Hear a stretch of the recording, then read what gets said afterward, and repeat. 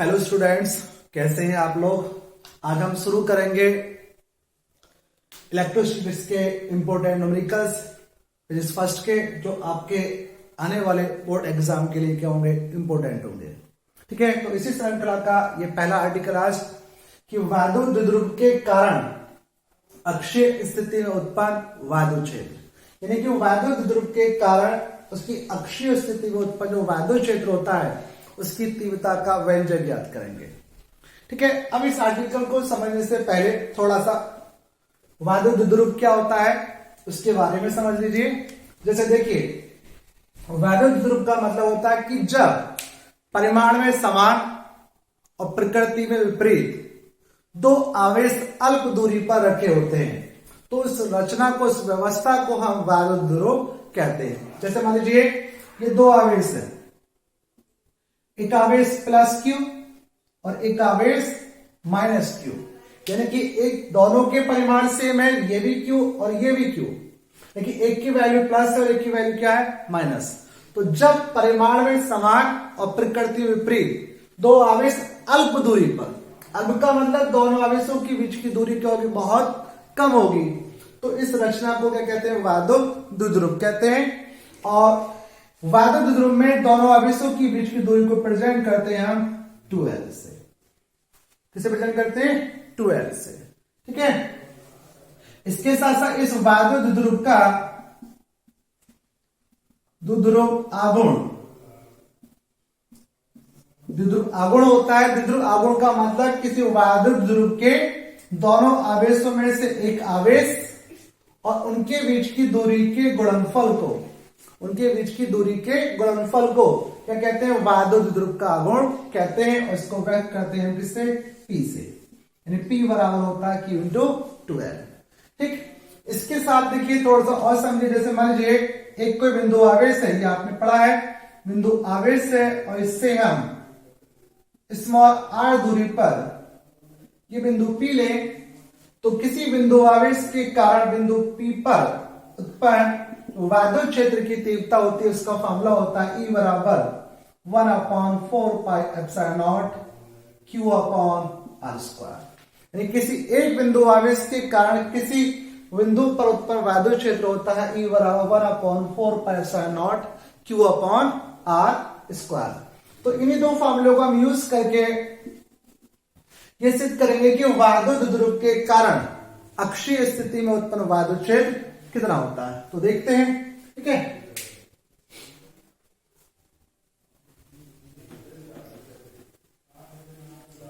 देखिए मान लीजिए एक वायु द्विध्रुव है AB, एक वायु द्विध्रुव है ये AB। ठीक, और इसके आवेश है मान लीजिए बिंदु A पर माइनस Q आवेश प्लस Q आवेश, A पर माइनस Q आवेश और बिंदु B पर क्या है, प्लस Q आवेश है और इनके बीच की दूरी 2l। तो ये हो गया एक वायु द्विध्रुव और ये कहां रखा है, मान लीजिए वायु में रखा है। ठीक, तो इस वायु द्विध्रुव के कारण हमें इसकी अक्षीय स्थिति पर वायु क्षेत्र ज्ञात करना है। अक्षीय स्थिति का मतलब ये हुआ कि जिस बिंदु पर हमें वायु क्षेत्र ज्ञात करना है वह बिंदु क्या होगा, इस वायु द्विध्रुव के अक्ष पर ही स्थित होगा। अक्ष का मतलब इसकी स्थिति में या तो आगे हो सकता है या पीछे हो सकता है। तो उस बिंदु पर हमें वायु क्षेत्र ज्ञात करना है।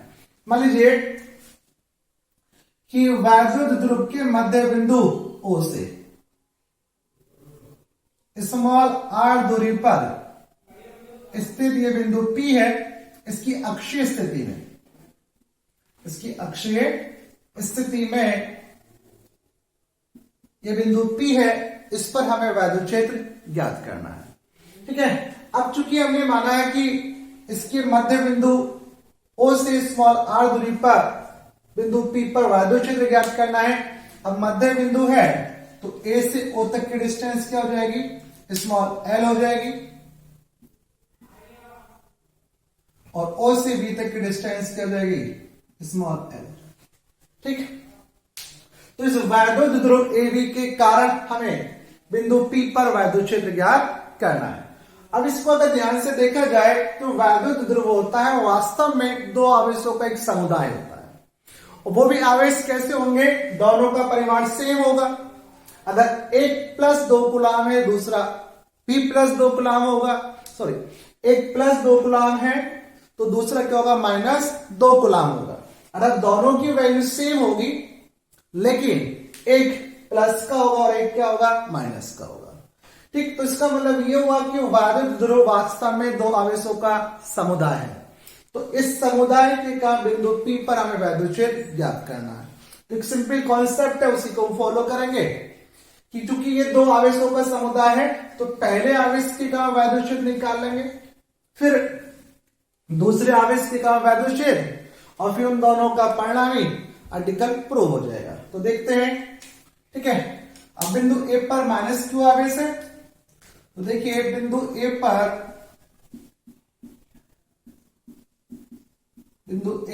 रखे माइनस Q आवेश के कारण वैद्युत क्षेत्र, मान लीजिए E1, तो हो जाएगा 1/4 पाई, क्योंकि बिंदु आवेश जस्ट आपको बताया अभी कि किसी बिंदु आवेश के कारण बिंदु P पर किसी बिंदु आवेश के कारण उत्पन्न वैद्युत क्षेत्र होता है, कितना होता है, 1/4 pi epsilon not Q upon R square. ठीक है, तो ये हो जाएगा E1 is equal to 1/4 pi epsilon not Q1 upon R1 square, क्योंकि पहला आवेश इसलिए इसको हमने 1 नंबर दे दिया। अब E1 is equal to 1/4 pi epsilon not Q1 पहला आवेश, पहला आवेश कितना है, माइनस Q। तो एक चीज ध्यान रखिए कि जितनी भी सदिश राशियां हैं, वैद्युत क्षेत्र की एक सदिश राशि है, तो वहां पे जितनी भी सदिश राशियां होती है वहां पे केवल हम आवेश का परिमाण यूज करेंगे, उसका चिन्ह यूज नहीं करेंगे। तो ये आवेश माइनस Q है तो केवल इसका हम परिमाण यूज करेंगे Q, और R क्या होता है, बिंदु आवेश से उस बिंदु तक की दूरी जिस पर हमें वैद्युत क्षेत्र ज्ञात करना है। अब आवेश बिंदु A पर रखा है और बिंदु P पर हमें वैद्युत क्षेत्र ज्ञात करना है। तो देखिए, यानी कि R1 का मतलब हुआ A से P तक की डिस्टेंस, A से P तक की डिस्टेंस यानी AP का स्क्वायर। इसको आगे सॉल्व कर सकते हैं, 1/4 पाई एप्सिलॉन नॉट Q, और A से P तक की डिस्टेंस को ध्यान से देखिए P से O तक की दूरी कितनी, R, और फिर O से A तक की दूरी, यानी कि P से O तक की दूरी R और O से P तक की दूरी कितनी, L। तो टोटल डिस्टेंस क्या हो जाएगी, ये R प्लस L का होल स्क्वायर। तो ये आ गया कि बिंदु A पर जो आवेश रखा है उसके कारण बिंदु P पर उत्पन्न वैद्युत क्षेत्र आया E1 is equal to 1/4 pi epsilon not Q upon R plus L का होल स्क्वायर। अब देखिए वैद्युत क्षेत्र क्या है, सदिश राशि है, और जो सदिश राशि है उनकी हमें दिशा की जरूरत होती है। तो इसकी दिशा देखेंगे कि बिंदु A पर जो माइनस Q आवेश रखा था वह इस बिंदु P पर कितना वैद्युत क्षेत्र उत्पन्न करेगा। तो देखिए थोड़ा इधर समझ लीजिए, माइनस Q आवेश, और इससे मान लीजिए इस माइनस Q आवेश के कारण बिंदु P पर एक इस पॉइंट पर वैद्युत क्षेत्र निकालना है। ठीक है, तो माइनस Q आवेश के कारण, ऋणात्मक आवेश के कारण किसी बिंदु पर जो वैद्युत क्षेत्र होता है उसकी दिशा जो होती है सदैव आवेश की ओर होती है, सदैव आवेश की ओर। यानी कि ऋणात्मक आवेश के कारण किसी बिंदु पर जो वैद्युत क्षेत्र की दिशा होगी सदैव किधर की ओर होगी, आवेश की ओर। और दिशा दिखाने के लिए जो हम वेक्टर का यूज करेंगे, वेक्टर उसी पॉइंट से स्टार्ट करेंगे जिस पर हमें वैद्युत क्षेत्र ज्ञात करना है, और सदैव उसी लाइन के अनुदिश लगाएंगे जो लाइन आवेश और बिंदु को मिला रही है। अब ऋणात्मक आवेश है तो ऋणात्मक आवेश के कारण वैद्युत क्षेत्र होता है सदैव आवेश की ओर होता है। ठीक इसी प्रकार से अगर यह आवेश धनात्मक होता और इसके कारण वैद्युत क्षेत्र की दिशा फाइंड करनी है, तो धनात्मक आवेश के कारण जो वैद्युत क्षेत्र की दिशा होती है सदैव आवेश से दूर की ओर, यानी कि जो वेक्टर का वेक्टर लगाएंगे, उस वेक्टर का जो हेड होगा, जो शीर्ष होगा, वह शीर्ष कैसा होना चाहिए, आवेश से दूर की ओर। और उसी लाइन के अलोंग लगाएंगे, जो लाइन पॉइंट चार्ज यानी कि बिंदु आवेश और पॉइंट को मिला रहे हैं, इस प्रकार से। ठीक है, तो ये होगी वैद्युत क्षेत्र की दिशा। तो यहां पे देखिए, अब बिंदु ए पर ऋणात्मक आवेश था, उसके कारण बिंदु पी पर इतना वैद्युत क्षेत्र उत्पन्न हुआ, तो इसकी दिशा क्या होगी, आवेश से, यानी ऋणात्मक आवेश है, और ऋणात्मक आवेश के कारण वैद्युत क्षेत्र की दिशा होती है हमेशा आवेश की ओर। और दिशा दिखाने के लिए हम वेक्टर उसी पॉइंट पे लगाएंगे जिस पर हमें वैद्युत क्षेत्र ज्ञात करना है, और उसी लाइन की सीध में लगाएंगे जो लाइन आवेश और बिंदु को मिला रही है। ठीक है, तो ये लाइन मिला रही है, तो यहां पर वैद्युत क्षेत्र हो जाएगा आवेश की ओर, यानी ये आ गया E1, यानी किस दिशा में, P से B की ओर। मान लीजिए इक्वेशन फर्स्ट होगा। अब ये तो पहले आवेश के कारण, अब इसी प्रकार निकालेंगे हम दूसरे आवेश के कारण। ठीक है, अब देखिए दूसरा आवेश का रखा बिंदु बी पर रखा है, तो देखिए बिंदु बी पर रखे आवेश के कारण वैद्युत क्षेत्र। ठीक है, मान लीजिए ये वैद्युत क्षेत्र E2 है, तो E2 कितना हो जाएगा, 1/4 pi epsilon not Q2 upon R2 का square. E2 1/4 pi epsilon not Q2 दूसरा आवेश, अब दूसरा आवेश क्या है, Q, अपॉन R2 का मतलब आवेश से बिंदु तक की दूरी। अब आवेश किस पॉइंट पर है, B पर, और किस बिंदु वैद्युत क्षेत्र निकालना है, P पर, तो R2 का मतलब होगा B से P तक की डिस्टेंस। अब चित्र को ध्यान से देखा जाए, हमें मालूम है कि O से B तक की दूरी L, O से B तक की दूरी L, और O से R तक की दूरी कितनी, O से P तक की दूरी कितनी, R, तो B से P तक की जो डिस्टेंस होगी वो कितनी होगी, R माइनस L। तो ये हो जाएगा E2 is equal to 1/4 pi epsilon not Q upon R minus L का होल स्क्वायर।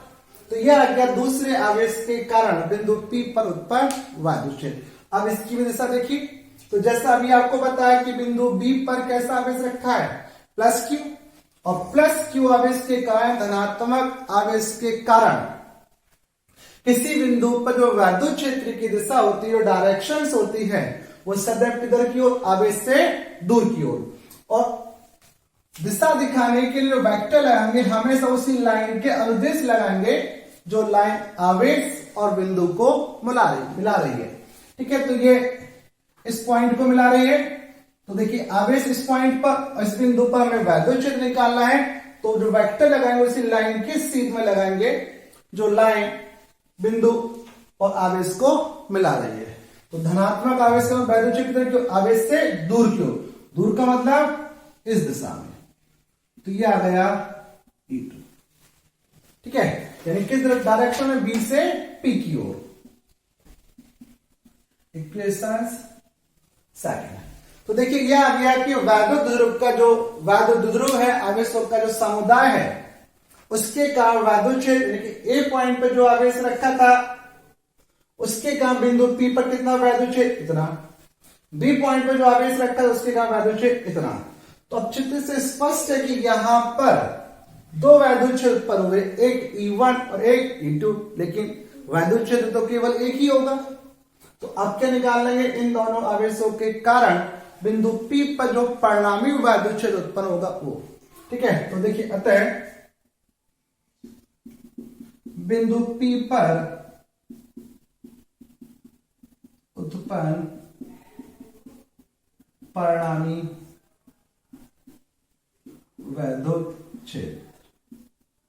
ठीक है, अब देखिए यहां से, तो आपने 11वीं क्लास में वेक्टर पढ़ा होगा, और हम जानते हैं कि जब किसी बिंदु पर दो सदिश राशियां एक दूसरे के अपोजिट, बिल्कुल एक ही लाइन के सीध में एक दूसरे के अपोजिट वर्क करती है, एक दूसरे के विपरीत दिशा में कार्य करती हैं, तो उनका जो परिणामी होता है वो उन दोनों के अंतर के बराबर होता है।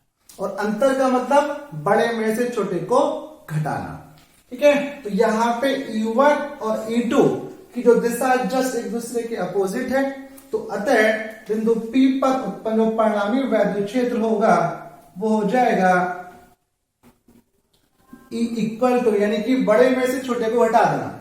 E1 कितना है 1/4πε0 Q upon R plus L का होल स्क्वायर, और E2 है 1/4πε0 Q upon R minus L का होल स्क्वायर। तो इसको ध्यान से देखा जाए क्योंकि तो यहां पे E1 में क्या है R प्लस L का होल स्क्वायर, और यहां पे अपॉन में क्या है R माइनस L का होल स्क्वायर। तो इस पर स्पष्ट है कि E2 की वैल्यू बड़ी होगी और E1 की वैल्यू क्या होगी छोटी, तो परिणामी हो जाएगा E2 माइनस E1। क्योंकि हम जानते हैं कि जब दो सदिश राशियां एक दूसरे के विपरीत दिशा में कार्य करती हैं तो उनका जो परिणामी होता है उन दोनों के अंतर के बराबर। ठीक है, यानी कि ध्यान रखना है क्योंकि बहुत इंपॉर्टेंट है, इस पे न्यूमेरिकल्स आते हैं और वहां इस दिशा की बहुत जरूरत पड़ती है। अर्थात जब दो सदिश राशि एक दूसरे विपरीत दिशा में कार्य करती हैं तो उनका जो परिणामी होता है उन दोनों के अंतर के बराबर। ठीक है, तो E बराबर हो गया E2 माइनस E1। वैल्यू रखिए समीकरण 1 व 2 से।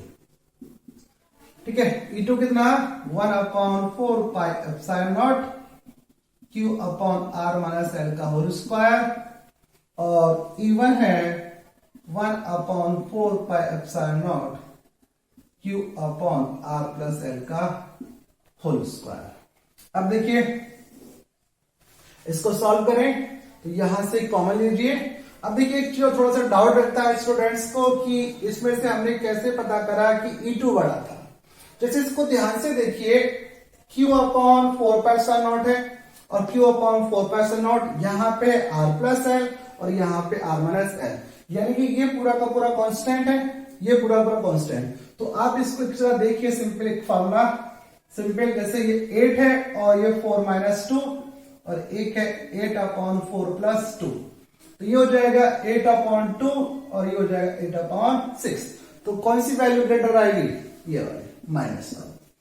तो इसलिए ये E2 बड़ा है और E1 क्या है छोटा, और जब विपरीत दिशा में सदिश राशि होती है तो उनका परिणामी किस उन दोनों के अंतर के बराबर। वैल्यू रख दी। अब इसको कर लीजिए सॉल्व। देखिए यहां से कॉमन आ गया, कॉमन आ जाएगा Q upon 4πε0 1/R minus L का होल स्क्वायर और माइनस 1/R प्लस L का होल स्क्वायर। ठीक है, तो E is equal to Q upon 4πε0। LCM लीजिए, एलसीएम आ जाएगा कितना R माइनस L का होल स्क्वायर और R प्लस L का होल स्क्वायर। क्रॉस मल्टीप्लाई कर दीजिए, ये हो गया R minus R plus L का होल स्क्वायर और ये हुआ R माइनस L का होल स्क्वायर। ठीक है, अब देखिए इसको सॉल्व कीजिए तो Q अपॉन 4πε0, इसको अगर हम सॉल्व करें तो ये क्या है R माइनस L का whole square into R plus L का होल स्क्वायर। ठीक, तो ये क्या है हमारा a square minus b square की फॉर्म में है, तो इसको लिख सकते हैं हम R square minus L square का होल स्क्वायर। ठीक है, R square minus L square का होल स्क्वायर। ठीक, अब ये क्या है R प्लस L का होल स्क्वायर, तो ये क्या हो जाएगा a प्लस b का होल स्क्वायर, यानी कि R square plus L square plus 2RL और ये a माइनस b का होल स्क्वायर, और a माइनस b का होल स्क्वायर होता है कि a square plus b square minus 2ab। लेकिन यहां क्या है बाहर माइनस है तो अंदर के सारे साइन क्या होंगे चेंज हो जाएंगे हमारे, तो ये हो जाएगा minus R square minus L square plus 2RL। तो देखिए इस R से ये कैंसिल इस एल स्क्वायर से एल स्क्वायर कैंसिल, और ये हो गया E is equal to Q upon 4 pi epsilon not. ठीक, ये 2r है, 2r है, क्या हुआ 4r है, और ये हो गया r square minus L square का होल स्क्वायर। ठीक, अब ये जो ये जो आया 4r जो है, तो इसको हम इस प्रकार से लिख सकते हैं 2l into 2r upon R square minus L square का होल स्क्वायर। और जस्ट आपको स्टार्टिंग में बताया कि Q इंटू 2l, क्योंकि Q इंटू 2l बराबर होता है P। P क्या होता है, वैद्युत द्विध्रुव आघूर्ण। ठीक है, तो क्या करेंगे, इस Q इंटू 2l की जगह क्या आ जाएगा P, तो E बराबर आ गया P into 2r upon 4 pi epsilon not R square minus L square का होल स्क्वायर। ठीक, अब देखिए, जैसे अब जानते हैं कि वैद्युत ध्रुव का मतलब है कि जब परिमाण में समान और प्रकृति विपरीत दो आवेश अल्प दूरी पर रखे होते हैं, अल्पकाल उन दोनों के बीच की दूरी बहुत कम होगी, तो उस व्यवस्थित रचना को क्या कहते हैं, वैद्युत ध्रुव। अर्थात ये जो इनके बीच की दोनों आवेशों के बीच की डिस्टेंस है 2l, ये अपने आप में बहुत कम है। जब 2l बहुत कम है तो l भी क्या होगा, और कम, और l स्क्वायर कर दें, छोटी राशि का वर्ग कर दीजिए, तो वर्ग करने पे क्या आएगा, और भी छोटा। तो हम इसको लिख सकते हैं कि l बहुत छोटा है r से, इसलिए l स्क्वायर को नगण्य मानने पर, जब इसको नगण्य मानेंगे तो E बराबर आ जाएगा ये 2p r upon 4 pi epsilon not r square का स्क्वायर। स्क्वायर हो जाएगा तो क्या हो जाएगा, r की पावर कितना आ जाएगा, 4 आ जाएगा। ठीक, और एक r ये एक r ये है, r की घात 4, तो ये आ जाएगा 1 upon 4 pi epsilon not 2p upon r cube, 2p upon r cube, क्योंकि गुणा जो डिवाइड में होती है राशि, घातें क्या होती हैं, घट जाती हैं। तो एक r की घात 4 ये और r ये, तो कितना हो जाएगा r क्यूब, और ये हो गया हमारा अक्षीय स्थिति में, यानी वैद्युत ध्रुव के कारण अक्षीय स्थिति में उत्पन्न वैद्युत क्षेत्र। ठीक है, जस्ट एक बार रिवीजन कर लीजिए फटाफट। जैसे ये वैद्युत ध्रुव था, तो वैद्युत ध्रुव आप जानते हैं कि जब परिमाण में समान और प्रकृति विपरीत दो आवेश अल्प दूरी पर रखे होते हैं, तो उस व्यवस्थित रचना को क्या कहते हैं, वैद्युत ध्रुव। इस वैद्युत ध्रुव के कारण हमें अक्षीय स्थित बिंदु P पर वैद्युत क्षेत्र निकालना था, तो पहले हमने क्या करा, क्योंकि दो आवेशों का P पर वैद्युत क्षेत्र निकाल दिया। ठीक है, E1 is equal to 1 upon 4 pi epsilon not Q1 upon R1 का स्क्वायर। Q1 की वैल्यू रख दी R1, A से P तक की डिस्टेंस कितनी, R प्लस L का होल स्क्वायर। अब चूंकि वैद्युत क्षेत्र क्या एक सदिश राशि है, तो इसकी दिशा डायरेक्शन निकाली हमने। अब बिंदु A पर ऋणात्मक आवेश है, और ऋणात्मक आवेश की काम वैद्युत क्षेत्र की दिशा होती है वो सदैव किधर की ओर, आवेश की ओर। तो यहाँ पे जो वैद्युत क्षेत्र उत्पन्न हुआ वो आवेश की ओर हुआ, तो इसके डायरेक्शन होगी P से V की ओर। इसी प्रकार से बिंदु B पर प्लस Q आवेश था, उसके कारण वैद्युत क्षेत्र निकाला, वो कितना आ गया, इतना आ गया, क्योंकि धनात्मक आवेश था, और धनात्मक आवेश के का बिंदु P पर जो वैद्युत क्षेत्र होता है, जो वैद्युत क्षेत्र होगा उसकी दिशा आवेश से दूर की ओर, इसलिए इसके डायरेक्शन आई B से P की ओर। तो यहाँ पे दो वैद्युत क्षेत्र जो उत्पन्न हुए उनकी दिशा एक दूसरे से विपरीत है, इसलिए यहाँ पे जो परिणामी हो गए इन दोनों का, इन दोनों के अंतर के बराबर। वैल्यू रख के सॉल्व करा, और सॉल्व करने के बाद ये आपका आ गया वैद्युत क्षेत्र। ठीक है, स्क्रीनशॉट ले लीजिए। ठीक है, तो आई होप आपको ये समझ में आया होगा। इसी सीरीज को हम आगे बढ़ाएंगे, तो कल और दूसरा आर्टिकल देखेंगे जो आपकी परीक्षा के लिए इंपॉर्टेंट होगा। और यदि आपको वीडियो अच्छी लगी हो तो प्लीज मेरे चैनल को सब्सक्राइब कर दीजिए। थैंक यू, धन्यवाद।